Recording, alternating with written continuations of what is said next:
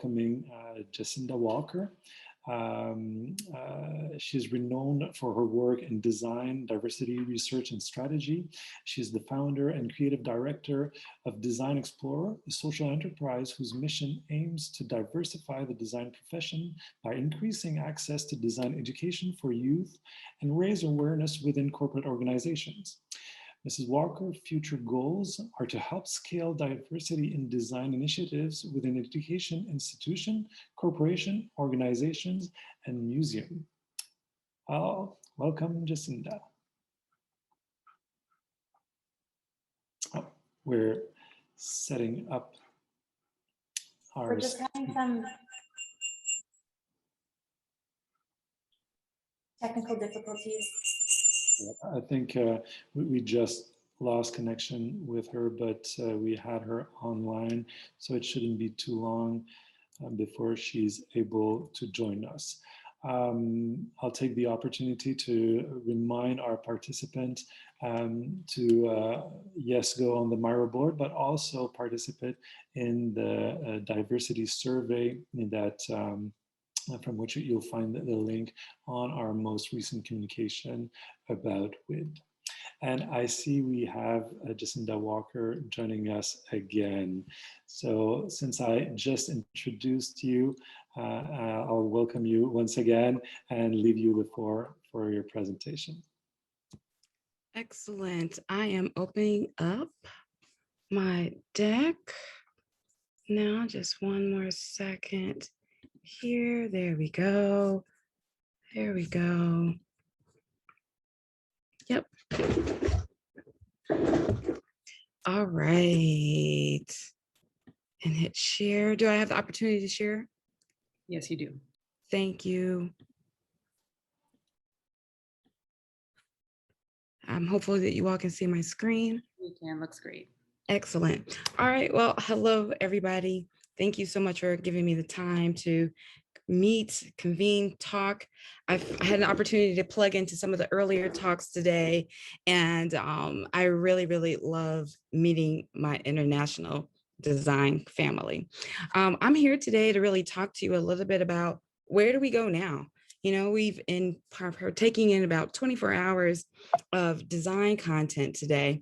And so you guys have heard it all pretty much. And I just want to kind of conclude and share a little bit more about the research work that has been happening here in the state of Ohio, specifically Cleveland, with the design journeys. Design Journeys, Strategies for Increasing Diversity in Design Disciplines is a solutions-based thesis. Now, it introduces the design journey map. It presents 15 strategic ideas. It also delivers the design principles that we're going to get really deep into today, as well as this organization named Design Explorer. But before we get too way down deep in the weeds of it, what I want to share with you are some of the findings from the research work. And the biggest finding that I found from the research was understanding where the problem is. You know, a lot of times we hear it's the pipeline, it's a pipeline problem. We hear, oh, we just need to put more kids in schools. We hear we just need to hire more people of color. But actually, the problem within the lack of diversity in design is directly associated to where you are in the journey. So your problems may be associated with access, exposure, opportunity, and value. And ultimately, what we want to work towards is being able to overlap the access, the opportunity, and the value so that we can truly, truly, truly get the benefit of the exposure. Now, being able to get the benefit of exposure means that we kind of got to go back to understand how we exactly kind of got to this place where we're on other sides and where there are people who still in this day and age are the first or the onlys. And I want to take you back to June 1963, George Wallace attempts to block the integration of the University of Alabama by literally standing in front of the schoolhouse door. The president at the time, John F. Kennedy, literally had to call the National Guard down to forcibly remove him to allow the admittance of its first two African-American students, Vivian Malone and James Hood. After this, later this evening, President Kennedy addresses the United States via radio, and he calls on Congress and the nation to address this moral crisis.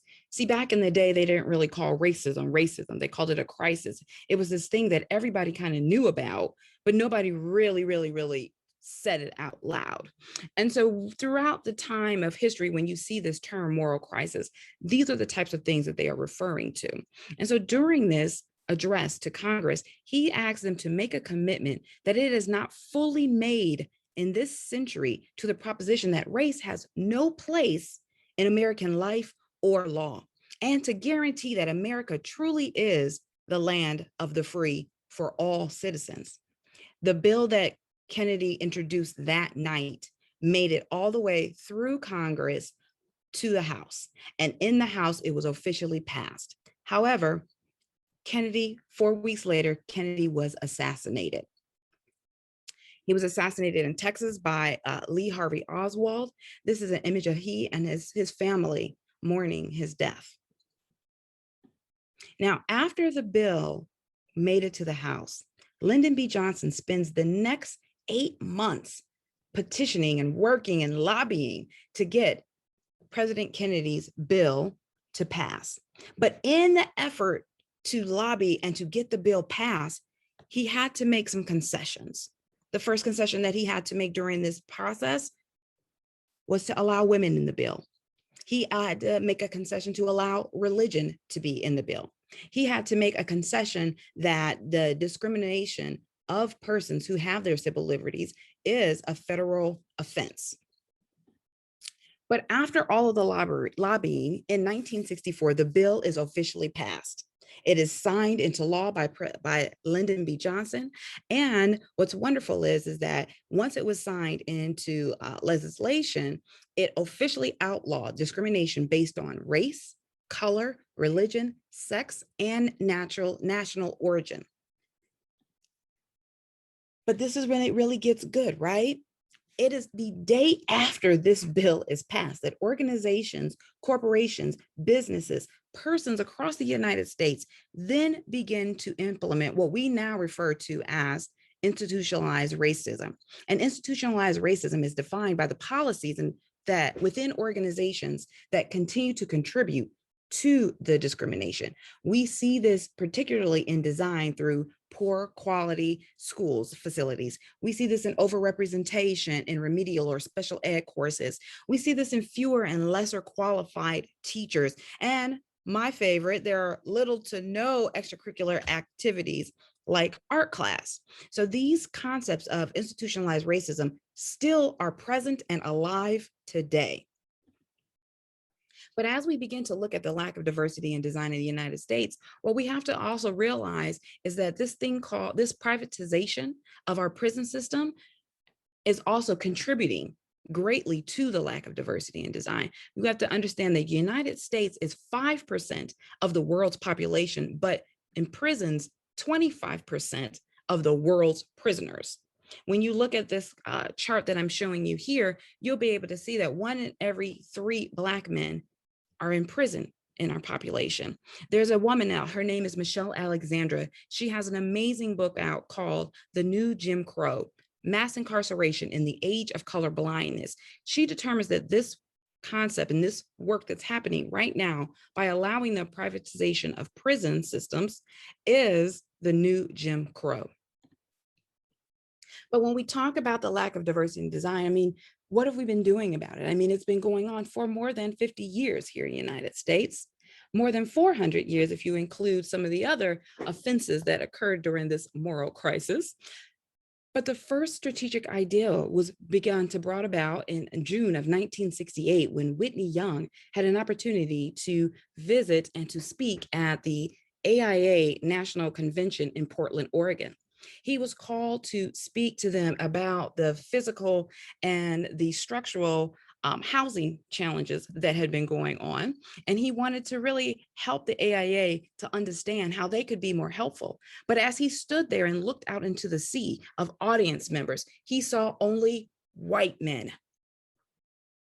And so he changed his thought. He changed his speech on the fly and he said, "You are not a profession that has distinguished itself by your social and civic contributions to the cause of civil rights, you are your most distinguished by your thunderous silence. He felt that because of the lack of diversity and the lack of contributions from persons of all backgrounds within the physical development of the home and housing projects that were coming up in the early 60s, that the AIA had to do something about it. He reminded them of what they were absolutely supposed to be doing. And so after this conversation with the AIA, what we see is the first strategic initiative. And it happens in 1969 when AIA launches the Minority Disadvantaged Scholarship. Now, ultimately, they did change the name. However, in changing the name, the scholarship didn't change its purpose. The purpose of the scholarship was to help individuals who were studying to become architects, schools who were interested in being able to educate the individuals who had just received their civil liberties, as well as for institutions who were training and helping individuals to pass their certification. And so in 1969, we see what we now understand is our very first strategic initiative to increase the lack of diversity in design disciplines. Now, throughout the research work of Design Journeys, we identify 4 specific ways on how this lack of diversity affects our profession till this very day. And the first one is detrimental attitudes in education. We see this in deferential access to design education programs in public schools. We also see this through hiring gaps. We understand about the low enrollment for African American and Latina students in university arts programs. We also see this in an nominal historic representation of African American and Latinos in design education materials. Number 2 is the discriminatory hiring practices. We still have things that are happening here in the United States where people are showing up to the job interviews and employers are telling them they're required to take a test, right? This is unlawful, right? This is incredibly discriminatory practice, particularly when it's not done for everyone, particularly when there are people who are having to take the test when their work is not used for some other thing down the road for this particular organization. The third thing that we see are cultural insensitivities, and we see this as a manifestation in the Dove ads. We see this in the Pepsi ads. We see this in the H&M commercials. When we talk about the coolest monkey in the jungle, this cultural insensitivity manifests in many of our design disciplines throughout architecture, advertising, game design, and so very many more. And then the last place are minimal diversity building initiatives. And we see these in falling short of meeting society's needs from all sides, right? We want to make sure that we challenge African American and Latino youth to be adequately nurtured in this area. And so this is a lot of the space where Design Explorer stays. Design Explorer is an organization that developed after the thesis research work in 2016. We work to create collaborations that develop youth activities. We coordinate diversity building initiatives, and we connect stakeholders to resources. Our mission aims to diversify the design profession. We partner with professionals, parents, and teachers who are passionate about bringing diversity to the profession in a powerful way. I wanted to take a moment and share some of the pieces of work that we've been doing and how we've been working in this K-12 education space to make sure that equity, oppression, inclusion, diversity, all of these things are addressed, and so that the next profession, the next generation of designers are going to be far greater than the ones that are here now. This is an image of me working at Cleveland Public Library doing digital design workshops after the lunch periods that are handled at the library, so that students who may not have been, students who are affected by lack of food at home, they're able to kind of come to the libraries. And so while they were eating and after they're finished with their snacks for the day, we break out our laptops and we do different digital design programs with students.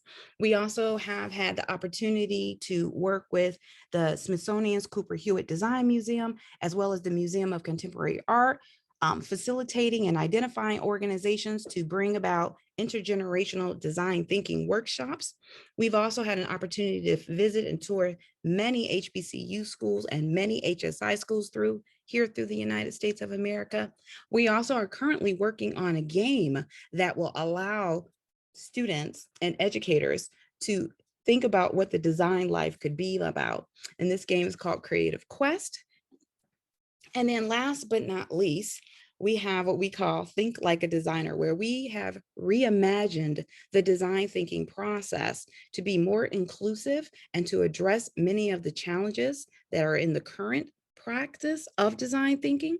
And we also work to do these workshops indoors, outdoors, in churches, in rec centers. We do these in school gyms. We do these practically everywhere and anywhere that we have been called upon to do this work.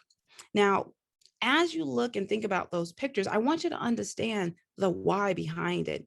This chart is showing you right now what our design profession here in the United States is represented in data. The Bureau of Labor Statistics reports that there are 1,200,006 self-identified designers. There are also 217,000 self-identified architects. Still, persons of color are not even hitting 10% right now. For African Americans, we're looking at about 6%. And that 6%, I wanted to kind of break it down to a number for you. It is 72,607 designers. I always joke and say that if you see a Black designer, you just seen a unicorn and you need to treat and act accordingly. Now, we also have this thing called NASAD reports, which is from the Higher Education Arts Data Summary. And they are reporting that there are 8,209 educators from 342 schools. And there are about 173,000 students currently studying to become designers. With these types of trends, what we're going to really see is that in about 25 years, we may not have this huge age difference. We're going to have a huge age difference in designers, right? When we're going through the design disciplines from the Bureau of Labor Statistics, I wanted to take a moment and kind of dive deep and show you some of the data of where we currently are in the profession. So there are 295,000 graphic designers reported, and of that number, 57% are female. There are 70,000 UX and UI designers reported by the BLS, and 45% of those are female. 131,000 interior designers throughout the United States, and 84% are female here. And there are 190,000 architects, as I shared previously, by the Bureau of Labor Statistics, and 28% are female. And it's really interesting, particularly for this stat, that they're just turned through certification with NCARB, that there are officially more than 500 Black female architects here registered in the United States. But we're here today to really talk about this thing called industrial design, right?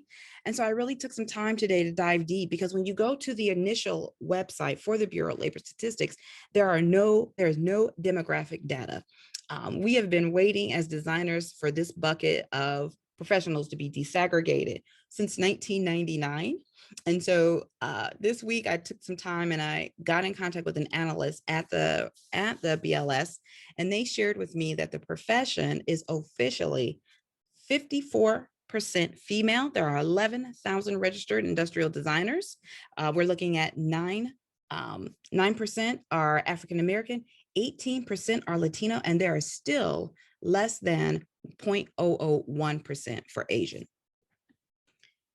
Now, I want to make sure that you understand that this data and this place of where we are, you can almost see these disparities on the map. And so take a peek at this. The brown schools are where the historically Black colleges and universities are.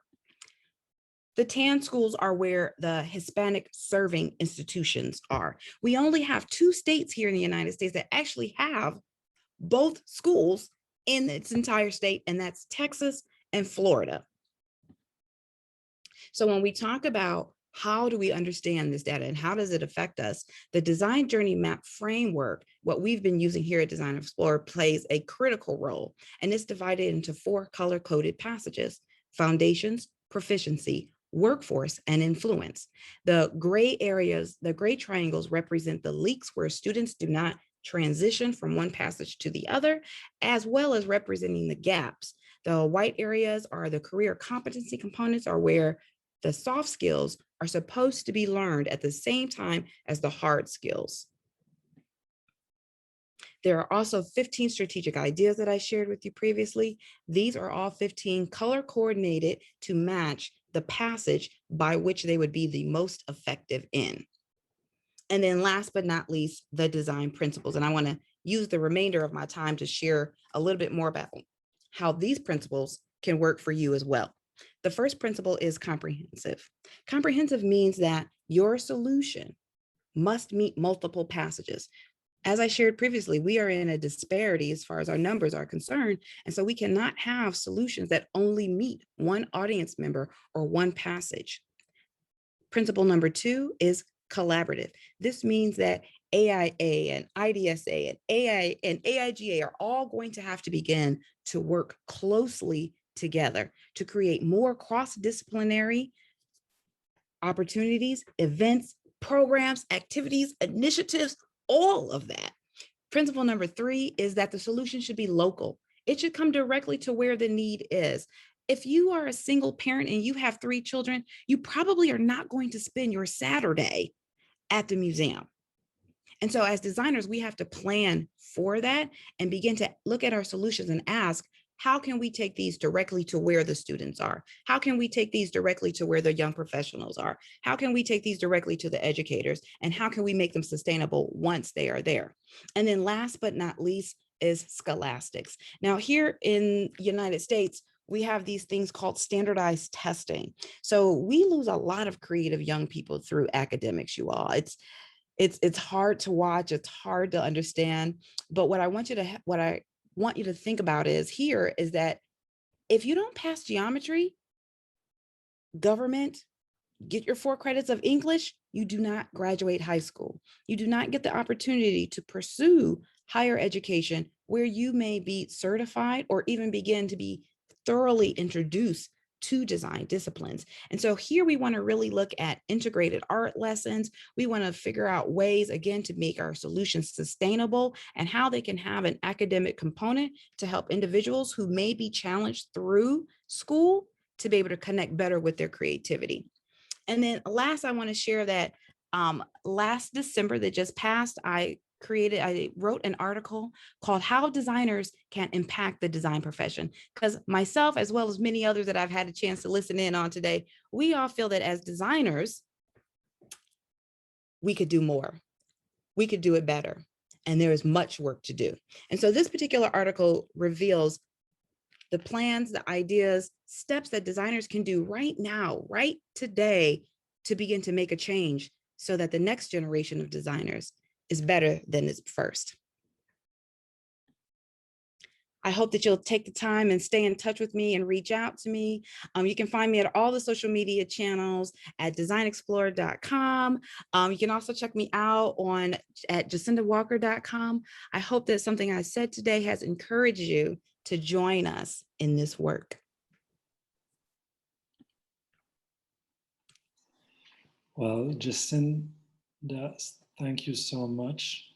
I can't let you go since we have a couple of minutes in front of us without asking, because you just ended on this teaser about this article for IDSA, Yes. what designers can do. And the first I was going to ask about your more inclusive and design process that reflects more diversity. But I guess both of them, and you might have explored this in your article also. So what are some of the key things that we can start tomorrow, if not today? Absolutely. I even want to address the question that you were alluding to about the principles and things that we are doing. I want to share, and I want to first share that I really love design thinking. And I think sometimes as designers, we enjoy talking about design thinking because it makes us sound smart. It makes us sound like we've got all our big words and things like that. But if you're trying to explain that to a 7-year-old, that approach may not be its most effective. And so the first thing that I really, really, really had to attack was how we talk about process, how we create creative confidence in a community that doesn't even regularly have art classes. And so reimagining that design thinking process, helping young people to see that it is an iterative process, that you do not have to start at the beginning. You might start at a designer, you might go to empathy, you might start talking about it, and through that discussion with a colleague, you might come to what a problem really could be, right? And really helping young people to see that it's okay if you do it your way, and to understand that that fuzzy front end of design is ultimately unique for every designer. So it's not a do or die type of situation. And you can still get in and get and be involved and share your thoughts and capture your ideas and be comfortable in doing it and be yourself. The second thing I want to make sure that I address is, what are some things that designers can do right now? I get this question a lot. And actually that is what developed the article, because I always get this question, like you said, what can we do now? What I want to share is, let's go back to that concept of the design journey map framework. So if you are in the foundations passage, you can talk about design and talk about it in a way a 7-year-old can understand it. Don't talk about it where, hey, you look super, super smart, but then they don't feel like they even understood anything you said, right? So let's learn and let's be equitable in our dialogue. Let's practice inclusion by using words that everyone knows. If you are in the proficiency passage, go and talk to a school, go and talk to a class, share your work and share the real work, not just the pretty stuff that, we put in our portfolio to get these big $1 million gigs. Share the process, share the steps, share the late nights, right? Talk about those types of things. If you're in the workforce passage, I want you to think about professional development as an opportunity. And I want you to think about sharing some of the unique things that you learned in your journey to make you to where you are right now. And last but not least, if you have the glorious opportunity of being in the influence, you have a lot of weight, right? Come back and tell us how it went. Share with us the things that are necessary so that the next generation doesn't have to struggle like the ones that are currently in their profession now. So I hope those are a few ideas, a few things so that we can all be together and move forward. Well, thank you so much, and I will echo some comments in the chat saying how great that presentation was. Your contribution is wonderful. You bring a model that takes us clearly through this journeys to understand the different steps and the different lens through which we need to address the situation. And I'm pretty impressed you were able to get some data out of the Bureau office. I know many countries are dreaming of getting this type of data, so congrats, because having this information and measurement on the discrepancies that we currently have helps us understand, okay, how much work is still to be done in front of us.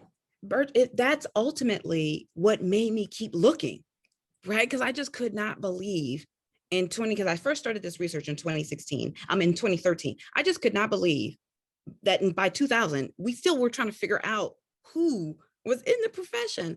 Now, it wasn't quick and it wasn't easy and it wasn't even cheap. There's a lot of paid research out there, which is difficult to make decisions on if you're trying to apply for a grant, or if you're trying to apply for a position, or if you're trying to set up a company, right? If you're trying to hire diverse talent, the lack of data is a barrier in itself. And so I'm hopeful that people will reach out to Design Explorer so that we can have more conversations about the data in design and where to get it, how to share it, how to be counted, even how to be counted as a designer. So yes, I could go on for ages, but y'all told me I only got 20 minutes. And I know you will inspire others to go on for ages also in their different region and in their own context. We've heard troubling and interesting figures from Asia last night. And every region has its own situation, but digging into and getting a better knowledge and understanding will certainly help us move forward. So thank you very much for your contribution today and for your work. Thank you all so much for inviting me. I look forward to doing more of these. I'm so excited for the work that we're doing together. Great. Hope to see you soon.